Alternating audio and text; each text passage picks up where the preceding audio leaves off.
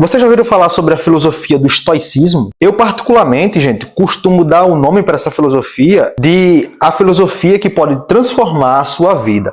E isso não é uma notícia fake ou uma notícia sensacionalista. Isso é uma notícia realista. De fato, eu posso dizer a vocês que o estoicismo ele mudou a minha vida drasticamente desde que eu conheci esse assunto e também pode mudar a sua vida. E hoje eu decidi abordar um pouco sobre esse tema e explicar para vocês um pouco do que eu entendi o estoicismo e como ele me ajudou e pode estar ajudando vocês também, tá? Então imagine esse cenário. Você já se sentiu perdido em meio ao caos algum momento na sua vida, em problemas que muitas das vezes você não consegue controlar no dia a dia? Então, pare um minuto e imagine viver a vida com mais calma, com mais tranquilidade, com mais foco, com mais propósito. Eu tenho certeza que todo mundo almeja isso. E um dia eu também almejava viver assim. E é exatamente isso que o estoicismo ensina. Mas vamos começar do início. O que é o estoicismo? Uma definição simples que eu posso dar do estoicismo é uma filosofia prática, tá? Criado por Zenão de Sítio, por volta mais ou menos aí de 300 a.C.,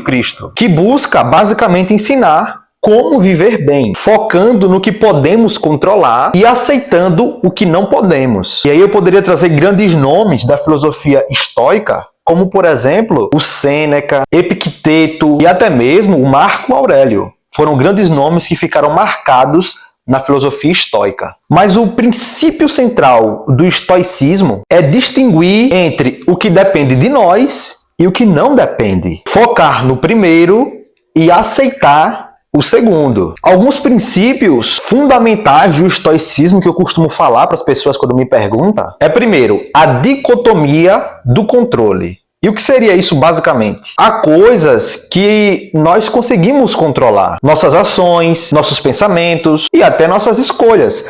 Por mais que seja difícil, isso são coisas que dependem da gente unicamente para controlar tudo isso. Agora, por outro lado, existem coisas que nós nem sempre conseguimos controlar na vida. Como, por exemplo, opiniões alheias, eventos que acontecem de forma externa na nossa vida. Essas são coisas que acontecem no nosso dia a dia, mas que não dependem unicamente do nosso controle. Então, um exemplo prático para a gente entender isso. Perder o emprego, por exemplo. Você não controla a demissão. Você não consegue controlar isso. Mas, por outro lado, você pode controlar como reagir a uma demissão do emprego. Entende? Então, os estoicos, eles tinham uma virtude como um bem maior. Para eles, a virtude era o bem maior. Não existia nada acima disso. A única coisa realmente boa é a virtude, que é basicamente o quê? Sabedoria, coragem, justiça e até a própria temperança. A arte de se manter calmo, ou seja, de ter o autocontrole. Outra coisa que os estoicos eles tinham como um fundamental é o amor fati, ou seja, o amor ao destino. Uma frase bastante interessante que me marcou muito quando eu comecei a estudar sobre esse assunto. Aceite e ame tudo o que acontece, pois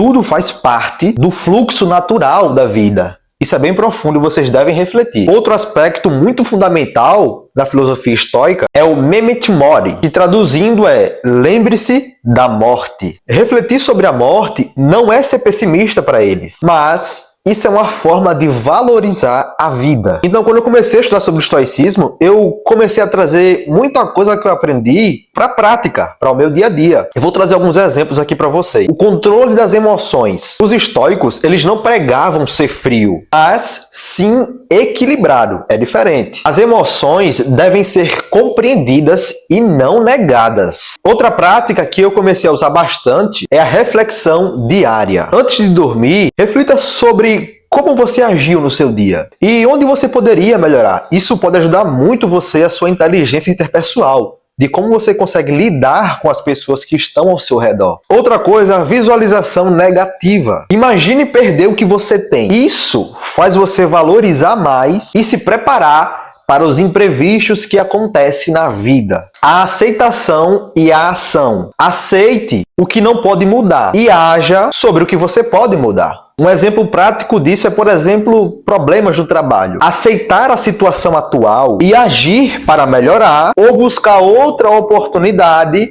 que você pode extrair de um problema. E com isso, o estoicismo ele traz aí alguns benefícios para a sua vida. Benefícios como ser uma pessoa mais resiliente, ter um certo controle a mais da sua ansiedade, ter uma disciplina pessoal mais ativa e, claro, ter um relacionamento melhor com as pessoas.